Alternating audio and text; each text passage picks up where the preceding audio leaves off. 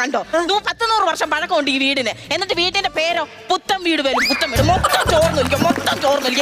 എനിക്ക് മടുത്തെനിക്ക്. എടി ചോർന്ന് ഒലിക്കാന്നല്ലേ 8 വർഷം കൊണ്ട് നീ ഇന്നതല്ലേ താമസിക്കുന്നത്? നിനക്ക് കുഴപ്പമൊന്നും ഉണ്ടായിട്ടില്ല? നിങ്ങൾക്ക് കുഴപ്പമൊന്നും ഇല്ലായിരിക്കും. എന്നിട്ട് വിഷുവായിട്ട് എന്നെ കൊണ്ടൊന്ന് പറയിപ്പിക്കരുത് കേട്ടോ. മഴ പെയ്യുമ്പോൾ നിങ്ങൾ ഈ പെരക്കാവുന്നൊന്ന് കാണണം.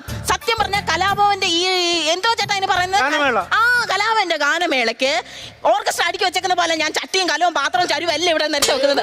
മന അങ്ങോട്ട് കനക്കുമ്പോഴത്തേക്ക് എന്റെ ദൈവമേ ഈ വെള്ളമെല്ലാം കൂടി ഈ പാത്രത്തിൽ വന്ന് വീഴുമ്പോൾ ഒച്ച വെക്കണം.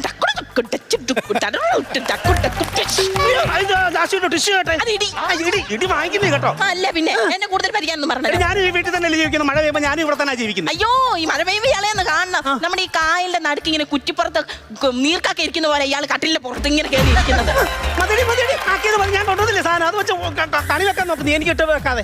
ഇല്ല സമയം എന്തുവായി? ഞാൻ അച്ഛനെ വിളിച്ചു വെച്ചപ്പോ അച്ഛൻ പറഞ്ഞു അവിടെ എല്ലാം കണി നേരത്തെ സെറ്റാന്ന്. നീ കൂടുതൽ പ്രസംഗിക്കാതെ ഇത് ചെയ്യാൻ നോക്കുന്നത്. ഇതെന്തുവാ?